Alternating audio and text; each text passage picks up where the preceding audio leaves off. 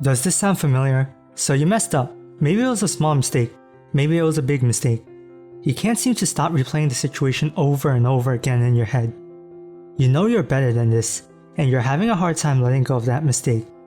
This experience can happen to anyone, and it's important to learn how to forgive yourself for past mistakes so that mistake doesn't continue to haunt you. Here's a 4-step guide to help you forgive yourself. Step 1. Admit you messed up. It's hard to admit you made a mistake, but denying it will make the situation even worse. Denial is a form of self-defense to protect yourself from feelings of guilt and shame. No one wants to admit they messed up, but you can't keep ignoring the problem. Ignoring the problem doesn't make it go away, and it doesn't help you grow as a person. You can only start to forgive yourself when you first admit you messed up. Step 2. Apologize to the other party if your mistake ends up hurting them.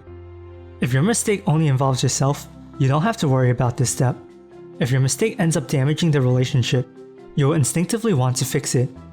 The best thing you can do to fix the relationship is by apologizing and doing your best to make things right. One reason why a past mistake might haunt you is because you messed up your relationship with someone. You might not be able to control if someone forgives you, but you can move on when you do your best to make amends with them. Step 3. Learn from your mistakes. Mistakes show you how to deal with the situation better. Whenever you mess up, you can reflect on what happened and how you can do better if a similar situation comes up in the future. Whenever you are feeling guilt from a mistake, it can be in your best interest to spin it in a way that drives you to be better. Although you can learn from reflecting, you can also take it one step further and do some more research on how to better handle those situations. Doing so can help you forgive yourself faster. One thing to note, if you believe that you did the best course of action at the time and that there is nothing to learn from your mistake, you might still be in denial. I believe that if you made a mistake, there's always something to learn from it. By learning from your mistakes, you can move on to the final step to forgive yourself.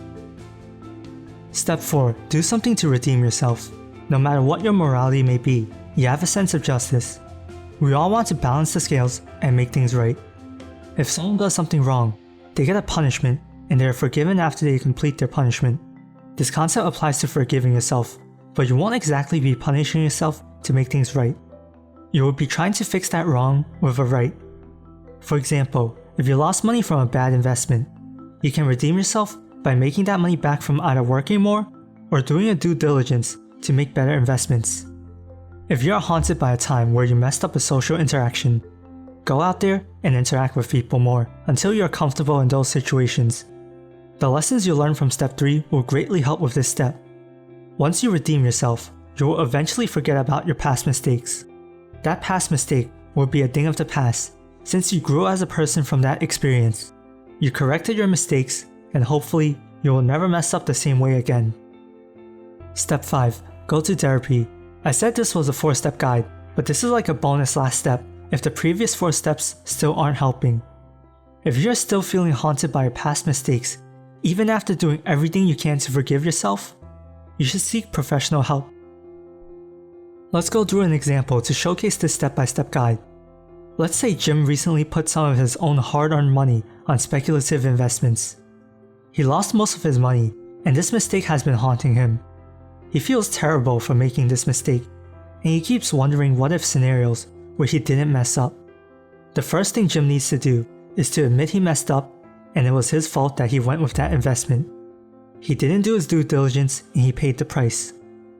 Step 2 doesn't apply here because his mistake didn't damage any of his relationships since he didn't borrow money from friends or family here. Next, he learned his lesson and he does more research on how he can make better investments. Finally, he works a little extra to make up for his lost money and he does his due diligence when he invests next time. After a while, he will have forgiven himself, and the bad memory will be a thing of the past.